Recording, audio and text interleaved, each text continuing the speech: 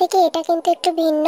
তো তোমাদের আগেই বলে রাখি, তো এখানে আমি কিছু ক্যারেক্টার চেঞ্জ করেছি, যেহেতু তোমরা সিজন 2 চেয়েছো।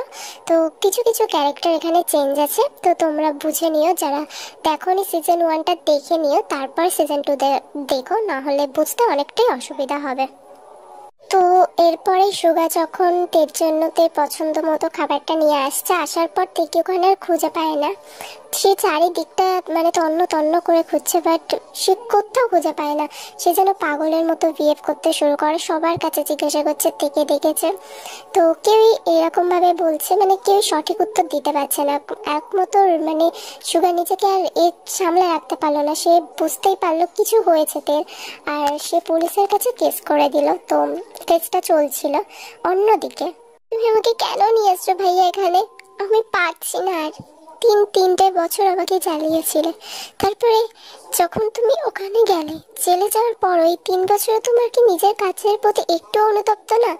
এত কিছু সবার মুখ থেকে শোনার পরও তুমি কি স্টিল এখনো সেই বিহেভিয়ার, সেই অ্যাটিটিউডই রেখে দিয়েছো? কেন এনেছো আমাকে এখানে? আমি তোমাকে ভালোবাসি না, এটা এবারে বোঝো তুমি। তোর কোনো কথা শুনতে চায় না। 3 বছর আগে তুই আমার জ্বালাটা আরো বাড়িয়ে দিয়েছিস। বুকের পাশে যে আগুন জ্বলছিল সেটাকে আরো মানে তুই আরো জ্বালিয়ে দিয়েছিস নিজের ওই বিহেভিয়ারগুলো দিয়ে। তুই আমাকে বিয়ে করবি না? তোকে আমি জিজ্ঞাসা করছি না তো, তোকে বলছি তোকে আমাকেই বিয়ে করতে হবে। যদি তুই বিয়ে করিস আমাকেই করবি। আমি বুঝি না তোমার সাহস কিভাবে হয়। অন্য ছেলে তোমাকে টাচ করছিল, তুমি ওকে টাচ করতে দিচ্ছিলে। আমি এখন এই নিয়ে কোনো কথা বলবো না। আমি যেটা বলছি মন দিয়ে শোন তে, না হলে কিন্তু হিতের বিপরীত হবে। প্রত্যেকবারের মতো নিজের ইচ্ছেগুলো আবারও আমার উপর চাপিয়ে দেবে, এটাই তো। তো শোনো, আমি তোমাকে ভালোবাসি না। তুমি যদি এরকম করো তো আমার শরীর তুমি হয়তো পেয়ে যাবে, বাট আমার মনটা তো পাবে না। তাও তোমার তো ওইটাই দরকার না? আমার মন নিয়ে তুমি কি করবে? তোমার তো আসলে আমার শরীর, রূপ এগুলোই দরকার। আমি সেগুলো খুব ভালো মতো বুঝতে পারি। আমি যদি কাউকে ভালোবেসেই থাকি সেটা সুগা, আর কেউ না। হুম, এত কথা শোনার তো আমার টাইম নেই। শরীর, মন এগুলো নিয়ে আমি এখন কোনো আলোচনায় যেতে চাই না। আমি এই মুহূর্তে যে কাজটা করতে আসছি সেটাই আমি করব। আর তোকে আমি তো বাধ্য করছি না, বলছি ভালোভাবে শোন, না হলে তোর সো কল্ড ভালোবাসার সুগার ওপরেই কিছু না কিছু একটা হবে, আর খবরটা খুব তাড়াতাড়ি পেয়ে যাবি। সুগার টপিক তোলা মাত্রই জেকে তোতে একটু ভয় পেয়ে যায়, বাট সে সেইভাবে কোনো রিয়াক্ট করে না, যেহেতু জেকিকে বুঝতে দিতে চায় না। কিন্তু জেকে এত পরিমাণ থেকে জোর করে, যার কারণে রীতিমতো একটা দিক থেকে বাধ্য হয়ে থেকে বিয়েটা করতে হয়। সে কান্নায় ফেটে যাচ্ছে, কারণ সে তো ভালোবাসে না জেকেকে, সে শুধু সুগাকে ভালোবাসে। তাহলে কিভাবে মেনে নেবে? আর বিয়ে জিনিসটা অনেক গুরুত্বপূর্ণ তের কাছে, যার কারণেই সেইভাবে কান্না করছে। তো এরপরে তে জেকেকে নিয়ে তার নিজের বাড়ি, অর্থাৎ যেখানে সে থাকতো, জিন আর এম জেনি ইউনো, তো সেখানে ফিরে যায়। এরপরে কলিং বেল প্রেস হওয়ার সাথে সাথে জিন গিয়ে দরজাটা খুলে দেয়। ওখানে উপস্থিত আর এম ইউনো, জেনি সবাই ছিল। তো জিন দরজা খোলা মাত্রই সে অবাক হয়ে যায়। এতদিন পর তার ছেলেকে দেখলেও, মানে 3 বছর পর তার ছেলেকে দেখছে, তার খুব কষ্ট হচ্ছে। ছেলেটার কি অবস্থা, মানে সেই জাঙ্কুক আর এই জাঙ্কুকে কত তফাৎ। আজ যেন তার ছেলেটাকে বেশ অন্যরকমই লাগছে।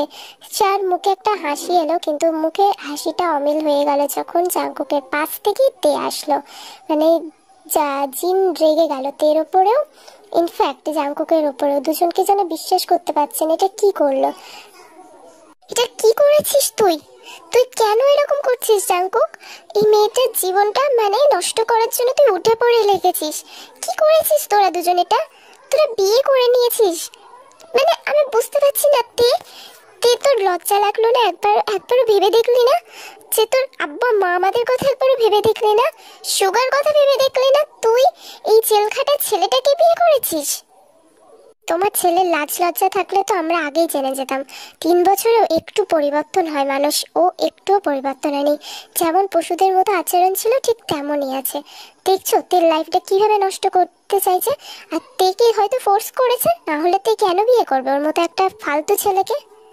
সেটাই তেয়া, তের সাথে সবসময় তুমি কেন এরকম করো ভাইয়া? তোমার একটু বোঝা উচিত আব্বু আম্মুর উপর কি এফেক্ট ফেলে, তের উপরে কি এফেক্ট ফেলে। নিজের ইচ্ছা সবসময় লোকের উপর চাপিয়ে দেওয়া উচিত না। তোমার সেটা বোঝা উচিত। কেন এরকম বিহেভিয়ার করো সবসময়? আরে তোরা জানিস না, ছোট থেকে ওর একটা অভ্যাস, বাজে অভ্যাস, যে জিনিসটা ওর সেটা ও একদম নিয়েই ছাড়ে। আর সেই জিনিসটা ওর কাছে আসার ইচ্ছা থাক চাই না থাক। মনে নেই আমার কত জিনিস কেড়ে কেড়ে নিত শুধু ওর পছন্দের জন্য। আজ ভাইয়া ঠিক সেই পরিচয়টাই দিল। তবে ওর একটা লাইফ আছে, তেল লাইফের কথাও তুমি ভাবলে না ভাইয়া। এখন ঘেন্না হয় তোমাকে নিজের ভাইয়া বলে পরিচয় দিতে। আমি তাদের উদ্দেশ্যে কথাটা বলছি, যারা যারা ভাবছেন আমি ওর মানে ভাই জেকে ফোর্স করেছে বলে আমি বিয়ে করতে রাজি হয়েছি, তারা ভুল ভাবছেন। ওর ফোর্স করাতে আমি রাজি হইনি, আমারও বিয়ে করার ইচ্ছা ছিল তাই করেছি। আর আমি মনের প্রাণে যদি কাউকে স্বামী বলে মেনে থাকি, সেটা শুধুমাত্র জাঙ্কুক, আর কেউ না। এর কথা শুনে সবাই অবাক হয়ে যায়, কিন্তু জেকে একটা মুচকি হাসি দেয়, কারণ সে মানে জেকেই তেকে ফোর্স করেছিল। যদি সে এই কথাগুলো মানে বিয়েটা যে তার সম্মতিতে হয়েছে কথাগুলো না বলে, তাহলে সে সুগাকে মেরে দেবে। তো তে ভয় পেয়ে যায় আর সে রাজি হয়ে যায়। সো কেউ আর কোনো কথা বলে না, তে চুপচাপ নিজের রুমে চলে যায়। আর জাঙ্কুক ওর পিছে পিছে চলে যায়, ওর কোনো যায় আসে না কে ওর সম্পর্কে কি কি ভাবলো। এরপরে রাত হয়ে আসে, তে ফ্রেশ হয়ে রুমে মানে ভিতরে ঢোকা মাত্রই জাঙ্কুক কি করলো, সাইডে ছিল আর ওতে পুরো একদম ওয়েস্টে হাত দিয়ে তাকে নিজের কাছে আনলো। এরপর নিজের সাথে মিশিয়ে নেওয়ার পর তার চুলগুলো মানে মুখের সামনে চলে আসছে, ওগুলো সরিয়ে দিতে দিতে বলল, এতদিন পর মানে এতটা বছর পর তোকে আমার করে পেয়েছি। প্রথমে তো তুই রাজি হতিস না, তারপর আমি তোর কাছে কতদিন আসতে পারিনি, আর এখন তুই শুধুই আমার। এখন ভাবতেই ভালো লাগে, তোর প্রতি শুধু আমার অধিকার আছে, আর কারণ নেই। তুই শুধু আমার, শুধুই আমার। ভাইয়া, ভাইয়া আমি ঘুমাবো, আমার ভালো লাগছে না, আমি টায়ার্ড ফিল করছি, প্লিজ ছাড়ো এখন। কেন? আজকের দিনটা যেমন তোর কাছে স্মরণীয় হয়ে থাকবে, রাতটা আমি স্মরণীয় করব না? তো তোকে এত তাড়াতাড়ি ঘুমোতে দেবো তুই ভাবছিস কি করে? তোর লাইফটা এত সুন্দরভাবে নষ্ট করেছি, আর রাতটা না থাক, উইদাউট তোর পারমিশন আমি কিছুই করব না। কারণ সব কিছুই তো আমার মর্জি মতো হচ্ছে, এইটুকু নয় তোর মতামত নিয়েই হোক। আর এইটুকু জিনিসও তোকে পারমিশন দেওয়াই যায়, তোর লাইফ যেহেতু। আর তুই যখন বিয়ের আগেই আমাকে বললি যে আমি তোর বডিকে ভালোবাসি না, তোকে ভালোবাসি না, তো ঠিক আছে, এইটুকু সময় তোকে আমি দিয়েই দিলাম, তোকে প্রুফ করে দেবো আমি কি ভালোবাসি তোর মধ্যে থাকা, তোকে নাকি তোর বডিকে, সেটা তুই নিজেই বুঝে যাবি।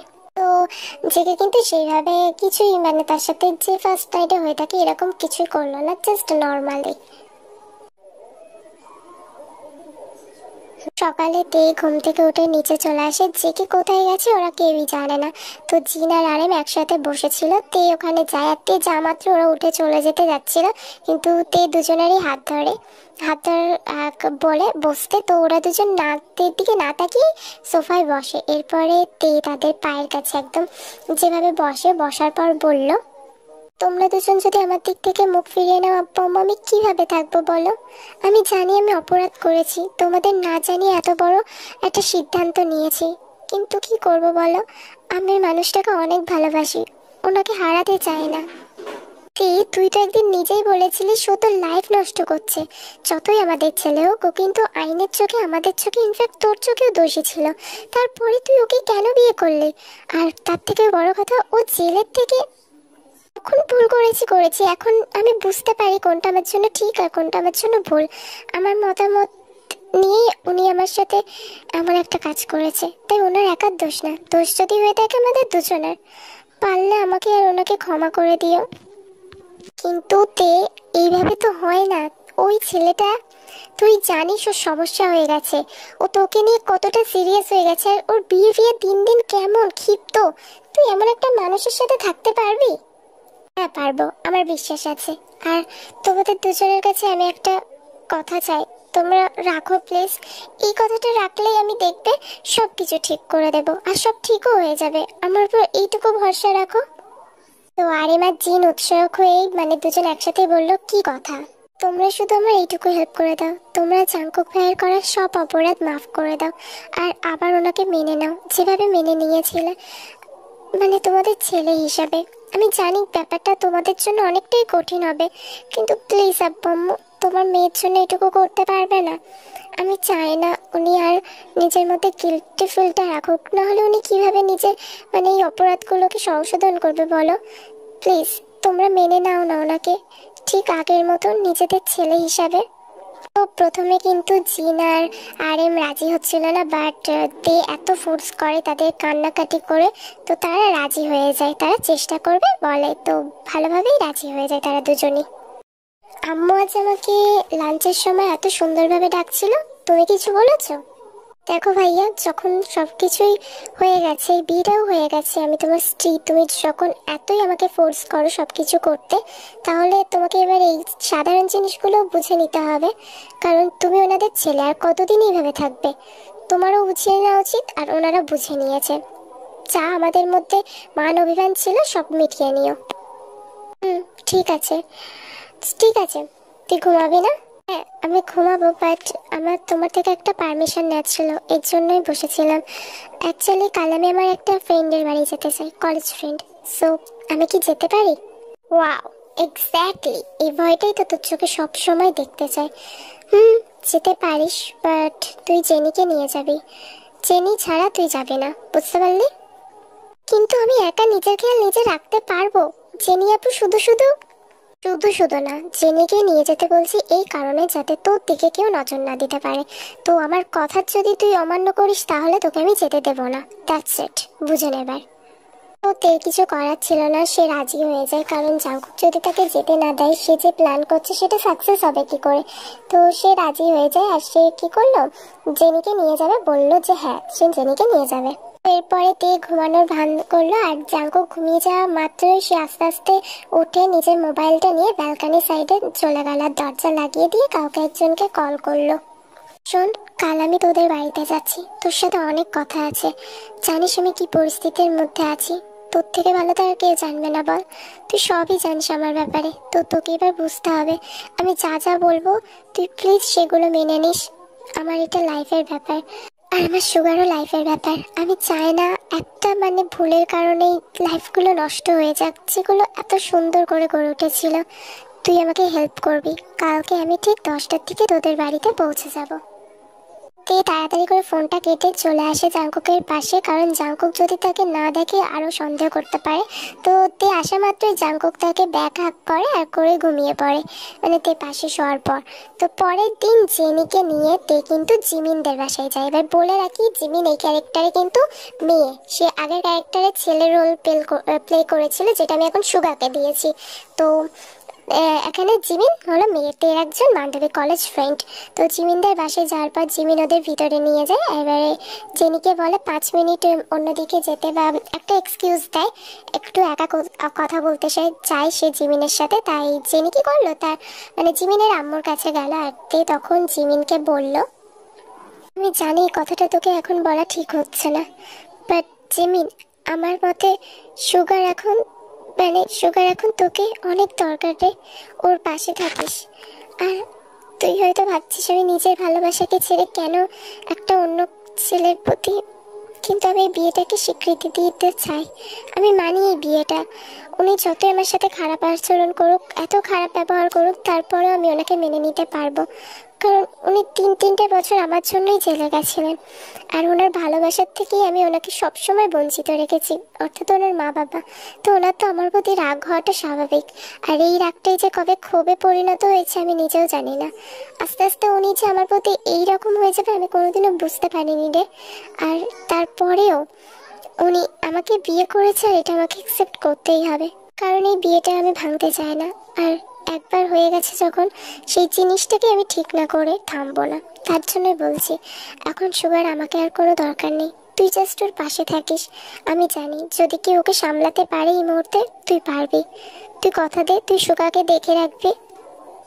আমি পারবো, কিন্তু সুগা কি আমাকে কোনোদিনও ভালোবাসবে? সুগা পারবে তো তোর জায়গাটা আমাকে দিতে?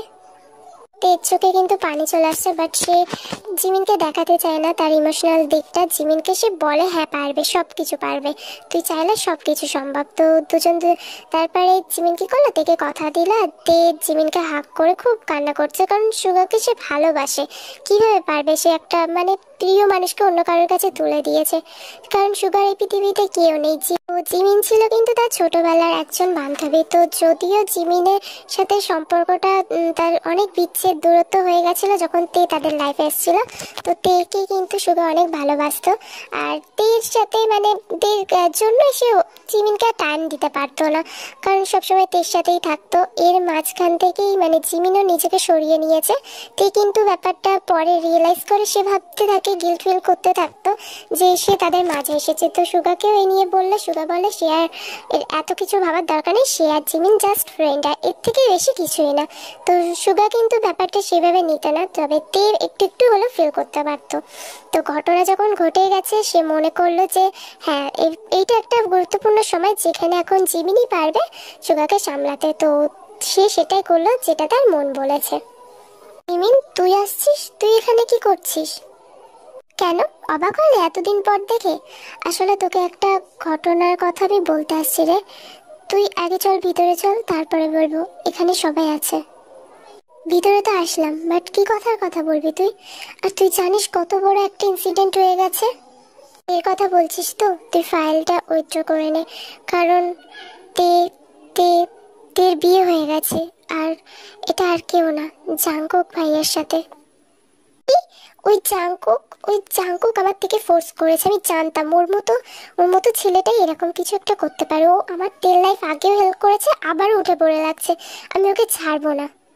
সুগা কিন্তু চলে যেতে যাচ্ছিল জাংকুকের বাসার উদ্দেশ্যে, তখনই জিমিন তার হাত ধরে আর কিছু ভিডিও মানে কিছু ভয়েস রেকর্ড সুগাকে শোনায়। তো এগুলো তেরই প্ল্যান ছিল, সে জিমিনের সাথে কলে কথা বলবে আর জিমিনই তাকে কল করবে, আর সে কলে কথা বলবে আর সুগার নামে জানাই তাই বলবে, উল্টো পাল্টা কমেন্ট করবে। আর এদিকে জিমিন সেটাই করলো যেটা তে বলেছে। তো সেটা শোনার পরে কিন্তু সুগা কান্নায় ফেটে পড়লো যে তে তার নামে এত কিছু বললো, তার প্রিয় মানুষ, ভালোবাসার মানুষ, এতদিন যাকে মানে খুব ভালোবেসেছে, সেই রকম বলতে পারলো। সে যেন নিজের কানকে বিশ্বাস করতে পারছে না, সে কান্নায় একদম ভেঙে পড়লো। জাংকুক তো জানতাম এতটা খারাপ ছেলে, এতটা নিকৃষ্ট, কিন্তু তে, ওকে তো আমি ভালোবাসতাম। আমি নিজের কানকে বিশ্বাস করতে পারছি না। জিমিন, ও কিভাবে এটা আমার সাথে করলো? ও কিভাবে পারলো ওর প্রিয় মানুষটাকে কষ্ট দিতে? সবসময় যেখানে ও বলতো আমি ছাড়া ওর এই পৃথিবীতে কেউ নেই, ও আমাকেই বেশি ভালোবাসে, আর এই ভালোবাসার এই পরিণতি দিল। আমার তো ভালোবাসার প্রতি বিশ্বাসই উড়ে গেল আজ থেকে। তুই আমার সাথে এমন করবে আমি কল্পনাতেও ভাবিনি কোনোদিনও। এটা আমার দুঃস্বপ্ন, আমার কাছে এটা দুঃস্বপ্ন, যেটা ভাঙলে হয়তো আমি আমার দিকে ফিরে পাবো। ও সুগা কিন্তু লিটারালি ভেঙে পড়ে আর সে হাঁটু গেড়ে বসে খুব কান্না করতে থাকে। তো জিমিনের খুব খারাপ লাগছে, সে মানে কি করবে বুঝতে পারছে না। তখনই তাই সে সুগাকে হাক করে। তো সুগাও কমফর্ট ফিল করে আর জিমিনকেও হাক করে, সে দুজনকে জড়িয়ে ধরে। তো সুগা অনেকক্ষণ কান্না করার পর কিছুক্ষণ পরে সে থামছে। রেডি হয়ে নে। এত রাতে মানে এখন তো প্রায় 12টা, 12:30 বাজতে যায়। এত রাতে আমি কেন রেডি হব? কেন আবার? আমি বলছি তোকে মানতে হবে, সো রেডি হয়ে নে, আমি তোকে নিয়ে এখন ঘুরতে যাব। একই এখন বাড়ির পরিস্থিতি ভালো না, তার উপর কেন এরকম করছো বারবার? আমি এখন কোথাও যাব না। ওকে ফাইন, মানে তুই রেডি হবি না, সো যেভাবে আছিস তাহলে সেইভাবেই চল, আমার কোনো প্রবলেম নেই। ও তে কিন্তু বাধা দেয়, কারণ জেকে একদম তেকে কোলে তুলে নেয়। তো জেকে তো তে কিন্তু নাইট আউটফিট পরেছিল, অর্থাৎ নাইট ড্রেস পরেছিল। তো ওই অবস্থায় কোলে নিয়ে কি করে মানে জেকে কারটা মানে কারের কাছে আসে, তারপর তেকে কারের সিটে বসে দেয়, ফ্রন্ট সিটে বসায়। এটা কি হলো? আমরা এত রাত্রে কোথায় যাচ্ছি? একটু মানে মানে সুস্থভাবে বুঝতে পারিস না? সবসময় তোকে এরকম নড়াচড়া করতেই হবে।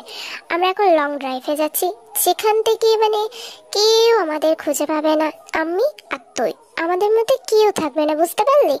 এখন আমি শান্তি পাচ্ছি, বুঝতে পারলি? ওই পরিবারে থাকলে আমার মাথাটা গরম হয়ে যায়, জাস্ট তোকে নিজের কাছে পাই না, প্লাস সারাক্ষণ ওরা আমার চোখের সামনে ঘুরতে থাকে। আমার ওই পরিবারে থাকলে জানিস তে দম বন্ধ হয়ে আসে, ভালো লাগে না। আমার একটাই মানে শান্তির জায়গা, সেটা হলো তুই, আর কেউ না। এরপরে জেকে কিন্তু তের হাতটা ধরলো, মানে তে হাত দিতে চাইছিল না, তাও জোর জবরদস্তি তে মানে তে সরিয়ে নিচ্ছিল হাতটা, তখনই হাতটা একদম টেনে টেনে ধরলো। ধরার পর কি করলো, ড্রাইভ করতে শুরু করছে জেকে। তো ওরা দুজন লং ড্রাইভে গেল। তারা দুজন একভাবে যাচ্ছিল, জাঙ্কুক কিন্তু তখনও তের হাতটা ধরে রাখছে। তো তে আর কোনো কিছু বললো না, সেও আলতোভাবে ধরেই রাখছে। তো তে কিন্তু মানে জানালার দিকে তাকিয়েছিল আর জেকে এক মনে ড্রাইভ করছিল। খুব জোরেই তাদের গাড়িটা চলছে, খুব স্পিডে, হাই স্পিডেই চলছে। এই সময়টা কোনো গাড়ি যেহেতু থাকে না অনেক। তো এরপরেই ড্রাইভ করতে করতে জাঙ্কুক থেকে বলল, জানিস তে, তোকে আজকে একটা কথা দিচ্ছি, জানি না তুই বিশ্বাস করবি কি না, তবে বিশ্বাস না করাটাও স্বাভাবিক, কারণ অনেক কষ্ট দিয়েছি না তোকে এতদিনে। তো আমি তোকে এই কথাটাই দিতে চাই রে। খারাপ হলেও কি করব বল, আমি যে তোকে অনেক ভালোবাসি।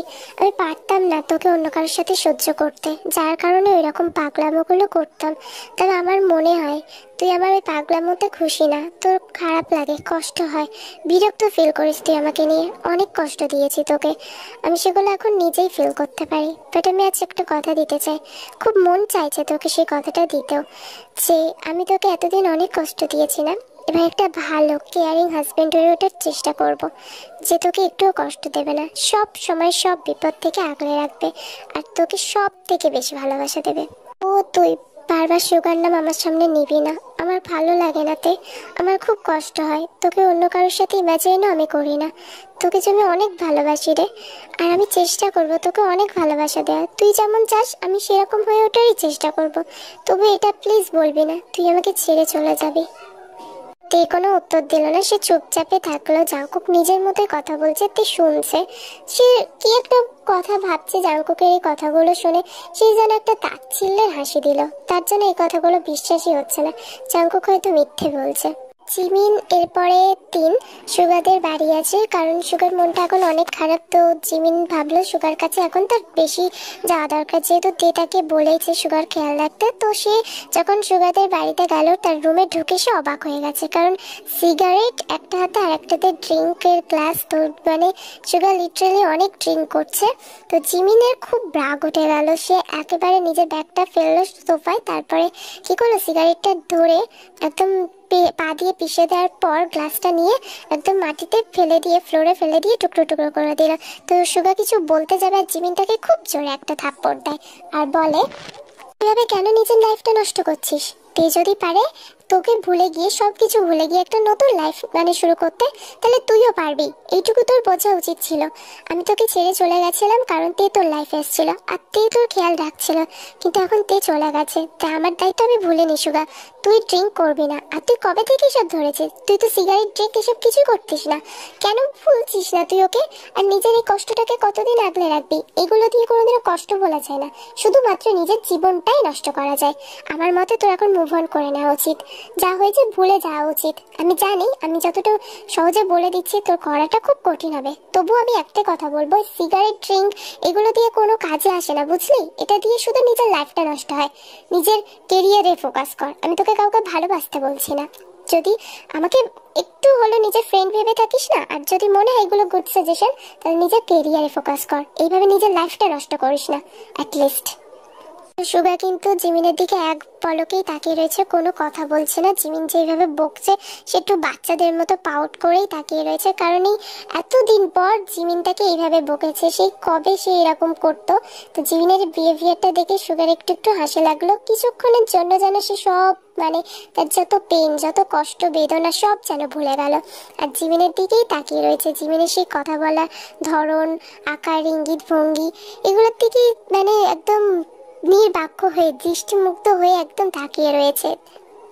ও জেনি এখন মানে জিন বলছে কিছু শোকেস থেকে কিছু কাচের গ্লাস নিয়ে আসতে। তো জেনি তাড়াতাড়ি করে কাচের গ্লাসগুলো নিয়ে আসছিল। তো জেনি গ্লাসগুলো নিয়ে আসতে গিয়ে ভুলবশত ভেঙে যায় একটা, আর সেই সময় তে কিছু ফুল নিয়ে আসছিল ওইদিকেই, আর সে মানে জেনিও বলতে যাবে, জিনও দেখতে পেয়েছে কাচের উপরেই তে পা দেবে, বলতে যাবে তার আগেই তে কিন্তু পাটা দিল। আর সবাই যেন নিজের জায়গা স্তব্ধ হয়ে গেল, কারণ এই ফার্স্ট টাইম জাঙ্কুকের এমন ব্যবহার দেখে। তে পা দিয়েছিল ঠিকই, কিন্তু সেই কাচের উপরে ছিল জাঙ্কুকের হাত, আর তে জাঙ্কুকের হাতের উপরেই পা দিয়েছিল, যার কারণে মানে তের পায়ে কাচটা ফোটেনি। আর যেহেতু কাচের উপর হাত রেখেছিল জেকে, তো জেকের হাতে একদম কেটে গেল, রক্ত বেরিয়ে গেছে, আর কাচটা যেন একদম ফুটে আছে। জাঙ্কুক আর কোনো কথা বলে না, সে একটু ব্যথা পেয়েছে, বাট তার জন্য এতে কোনো যাই আসে না, কেটেছে তো কেটেছে।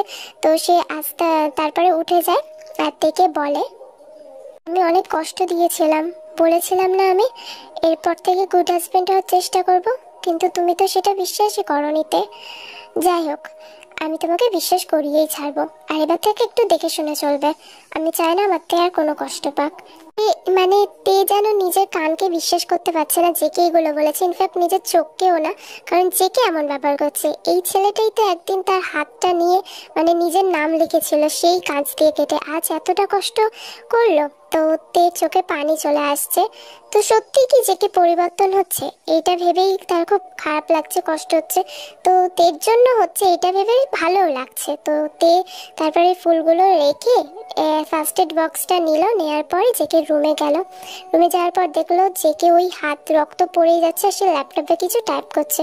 সে জেকের পাশে বসলো, তো ব্যালকানি সাইডে ছিল, পাশে বসলো আর তার হাতটা নিয়ে ড্রেসিং করতে শুরু করেছে কান্না করতে করতে। তখন জেকে বলল, তবে তুমি যদি ড্রেসিং করো আর যদি কান্না করো তাহলে আমি কোন দিকটা সামলাবো বলো? আমি তোমার মানে তোমার থেকে কিনে নিতে চাই না, এত সুন্দরভাবে আমার বউটা আমার ড্রেসিং করিয়ে দিচ্ছে, আমার ভালো লাগছে, কিন্তু তোমার চোখের পানি কিভাবে মুছিয়ে দেবো?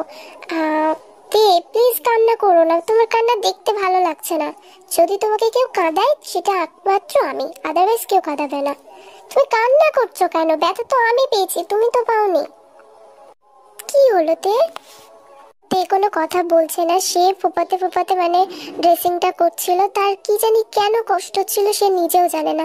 সুগার জিনিসটা তো তাকে করে করে খাচ্ছে, মানে সুগার কথা ভাবলেই তার খারাপ লাগে, কষ্ট হয়।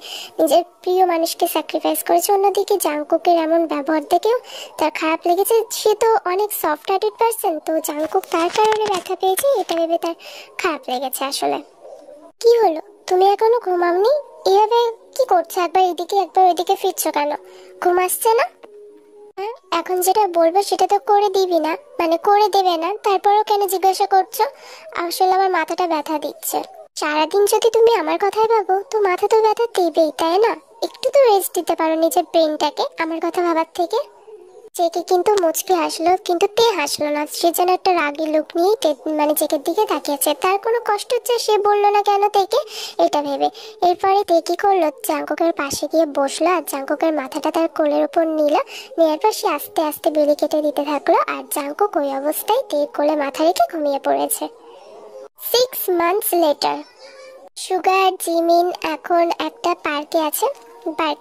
পার্কে বলছি, রেস্টুরেন্টে গেছে। আর তারা মানে সুগার যে জব করছে আর সে একটা পোস্ট পেয়েছে, ভালো প্রমোশন হয়েছে, যার কারণে দুজন মিলে ওখানে সেলিব্রেট করছে। জানিস সুগা, তোকে যে ছাগল থেকে মানুষ বানাতে পেরেছি এটা ভেবে আমার কতটা ভালো লাগছে। তোর পোস্টে আমি অনেক খুশি হয়েছি, আমার খুব ভালো লাগছে। জানিস তুই যে এতটা সাকসেস পাবি এতটা কম সময়ের মধ্যে আমি বুঝতেই পারিনি। তোকে নিয়ে আমার কত ড্রিম ছিল, আজ সেগুলো সব পূরণ হয়েছে। আমারও তো। অ্যান্ড থ্যাঙ্কস রে, আমার এই অগোছালো লাইফটা তুই এত সুন্দরভাবে গুছিয়ে দিয়েছিস। তবে জিমিন, আমাকে একটা কথা দে। আরে এটার জন্য আমার পারমিশন নিতে হয়? তুই আমাকে যে কথা দিতে বললে আমি চোখ বন্ধ করে সেই কথাটাই দেবো। বল কি কথা?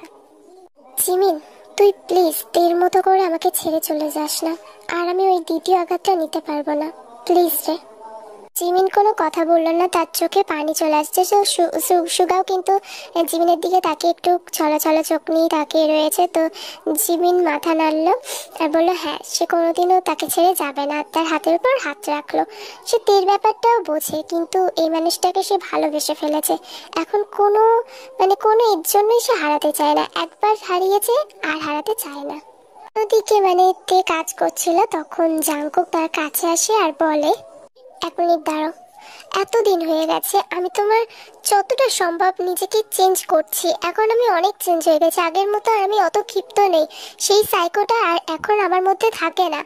তবুও কেন আমার সাথে এরকম করো? আমার ভালো লাগে না তে। তোমাকে অনেক ভালোবাসি, আমি চাই না তুমি আমার থেকে কোনোদিন দূরে চলে যাও। সবসময় চেষ্টা করি যাতে করে তোমাকে আগলে রাখতে পারি, আর তুমি কেন এত ইগনোর করো? আমার কষ্ট হয় তে।